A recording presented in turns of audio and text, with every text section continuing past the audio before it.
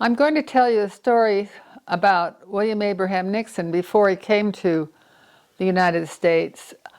I had asked my nephew, Claire Nixon, who is or was at that time, a professor at A&M, Texas A&M in Texas. And he was traveling quite extensively throughout the world.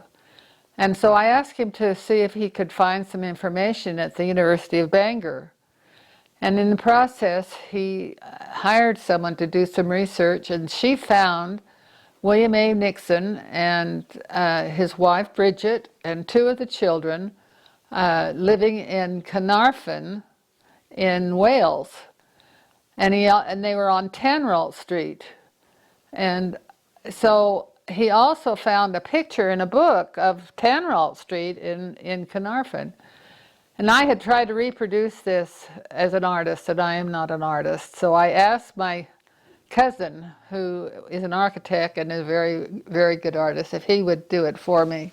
And this is the picture that he came up with. And so this is the home of William A. Nixon in one of these tenements on Tanroll Street in 1841.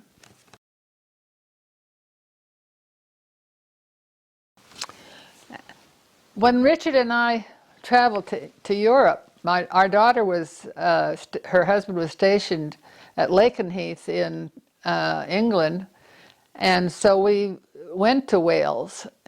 And while we were there, we discovered that William Abraham and Bridget, there were two additional children. And we found the birth of Edward and the death of Edward, and then there was a daughter, Anne. We found her birth, but we have not found her death. So there were two additional children that we didn't know about that died before they came to America. James William Nixon talks about William Abraham Nixon after they, well, actually, he tells how he was born in Liverpool and that they moved to Bangor, Wales. He didn't refer to this time that they were in Carnarvon. And we can establish the fact that they did move to Bangor through a birth record of one of the sisters, Jenny. She was applying for a pension from the government, and on this pension application she indicates that she was born, I think it was 1843, in Bangor, Wales. So we have sources to establish that this is undoubtedly the point that they left from when they came to America. Well, after they arrived in America, I found in a book called Pen Pals of Minnesota, this is kind of interesting, and in this was just a little blurb about William Abraham. He was selling apples out of an apple cart, and in the blurb it said, he could make more money than anyone they've ever known. And he was very good with his finances. After the apple cart, he ended up having a business establishment in St. Paul, and I don't know if anyone is familiar with taipan trading. Why this business established in St. Paul in 1856 could be compared to that large of a merchandising establishment as taipan trading is here in Utah and California. And as a sidelight, taipan trading, just to show the generation that the merchant genes runs in the Nixon family, and is that one of J.W. Nixon's descendants is one of the proprietors of taipan trading. Nick Stewart. Nick is the grandson of Grace Nixon Stewart and great-grandson of James William Nixon. So after 1852, they were in St. Paul. Things did not work out as far as his first marriage was concerned. He had to divorce Bridget, and then after that he remarried Mary Elizabeth Perrin and then moved to St. Cloud. In 1856, this large mercantile store burned to the ground, and it was at this time, soon after, that their son, James William Nixon, took a course to come to California and then got tied up with the Mormons and didn't go further than Salt Lake and was baptized in Salt Lake City about 1857. But William A. Nixon moved to St. Cloud and established another mercantile store. And according to some of his descendants, this Rhea Howell, he made several trips back and forth to Europe in order to buy merchandise for his store there in St. Cloud. In the early 1870s, James William Nixon was called on a mission. This James William, his son, for the LDS Church, and he was called to go back to Minnesota and take the gospel to his family. He wasn't successful. However, he did bring his father out to Utah, and William A. Nixon did spend a year here in Utah and to spend a lot of his time at Mount Trumbull. So but then he went back to St. Cloud, and his wife passed away and caused him some grief with his second family. They had persuaded Mary Perrin Nixon to will all of the possessions to the second family. They didn't want the first family to have any of the inheritance, and so they persuaded their mother to will them the property, and it left the husband a lot of his property was taken away from him. And we've got a letter that he was very upset at his second family for doing this, and as a result he did have some property that they didn't know about that he later willed to the first family, so they did get some of the inheritance. But he was a very industrious individual and very, very talented in the way of merchandising and how to make money. And I think this in lots of times has been also inherited by many of his descendants. I think the next person we should maybe talk a little bit about is his son, the ancestor of so many, James William Nixon I. And after the store burned in 1856, he decided to come west and was converted to the church in Salt Lake City. 1857, he was baptized in City Creek, and then he tells in his biography or autobiography that he went out to Echo Canyon during the Johnston's army coming to Utah to squelch the Mormons, why he was part of the Echo Canyon military that tried to forestall him coming into Utah. And then he tells in his autobiography that he also went out to the fort, the military fort that the Johnston Army, I can't remember the name of it. Anyway, he did some work out there before he was married. And I believe it was in 1859 that he marries Johanna, and they first establish a home up on the Weber. They have several children up there, and then they come back to Salt Lake City, and he learns the tinner's trade. October of 1865, he's called to go to Dixie.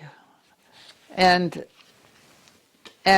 he doesn't go until January of it was 64 that he's called to go. No, let me just, October of 65, and it's in January of 66 that he takes his family down to St. George.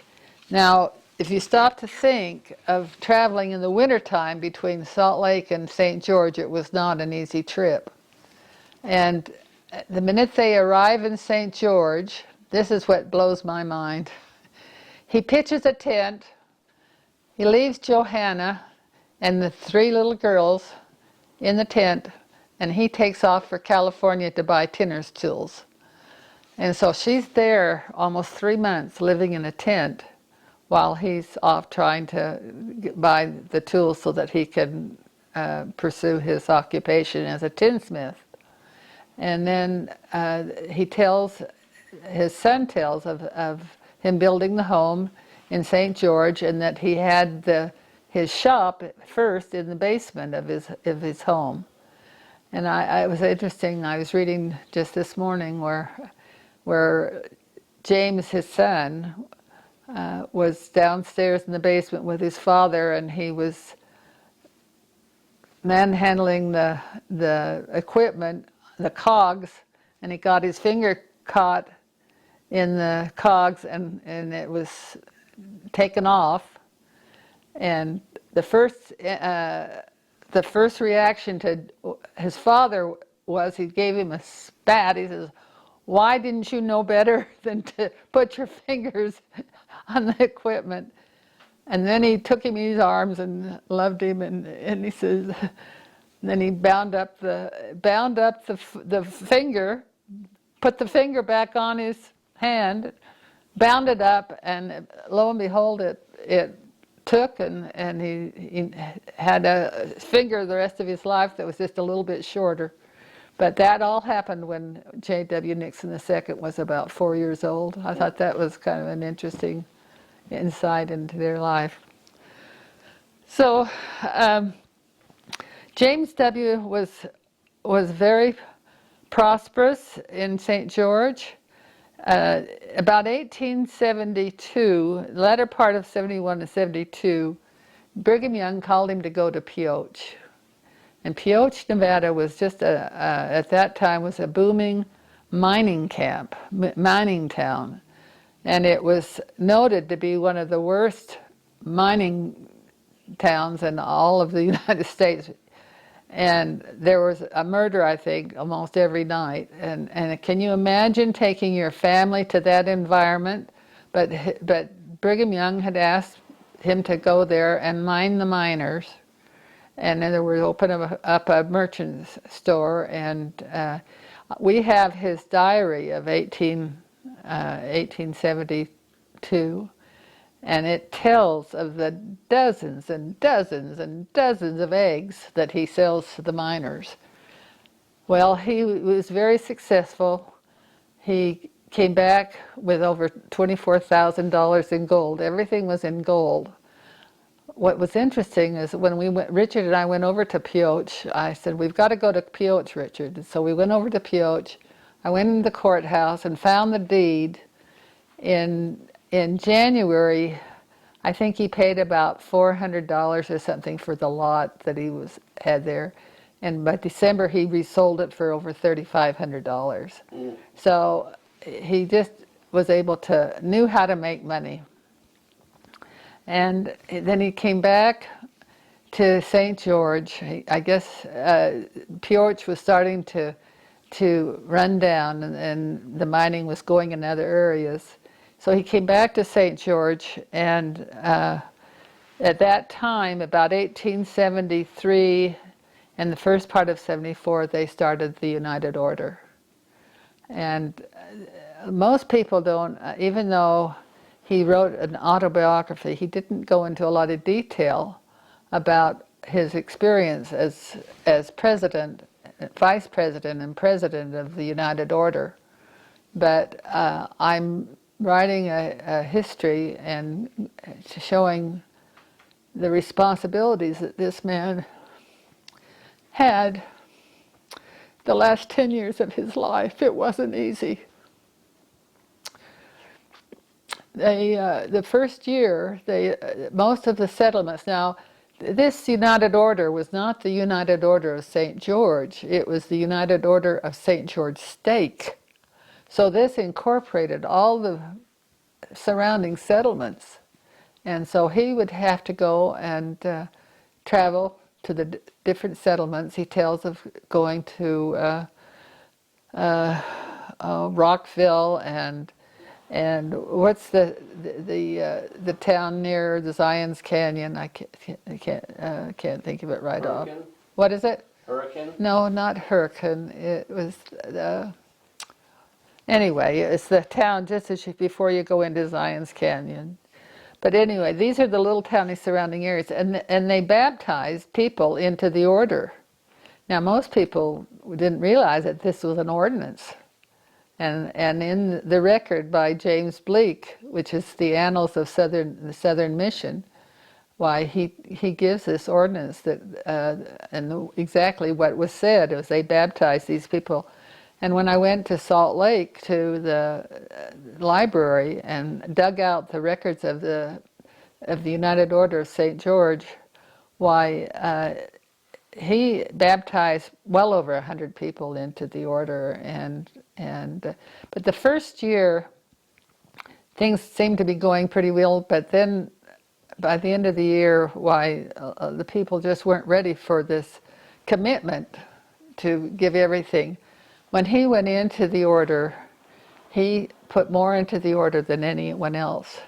The ledgers show that he put in close to $8,000, and I think the next person that was anywhere near him was about $1,200 or something like that. So he really gave his all, and I think this is one of the reasons why he was put on as the board of directors. But he believed in this commandment that Brigham Young was trying to get the people to live, and he up to the very end. One thing I wanted to bring out is at the end, when it was dissolving, he ended up with Mount Trumbull, which was according to his son, was not an asset. It was more of something that was a thorn in his side. But I found a letter where he was committed to he went into debt in order to get Mount Trumbull, and he was trying to saw out his debt with the lumber. And in this letter in 1880, it tells that the last of the lumber was sawed, and it was to be used in the tower of the St. George Temple. So every time the descendants of J.W. Nixon look at the St. George Temple and see that tower, they know that their great-grandfather or their ancestor gave his all in order for that to. He was coming very ill. He had developed cancer in 1880, and he just gave everything he could in order to fulfill that commitment. It was a testimony to me of the great example he is to his descendants to commit themselves to the Lord and to do and obey the commandments. But he really. As I write his history, it's just unbelievable to me what he was able to accomplish. And here raising his family as well. And the last 10 years of his life were the hardest, I think.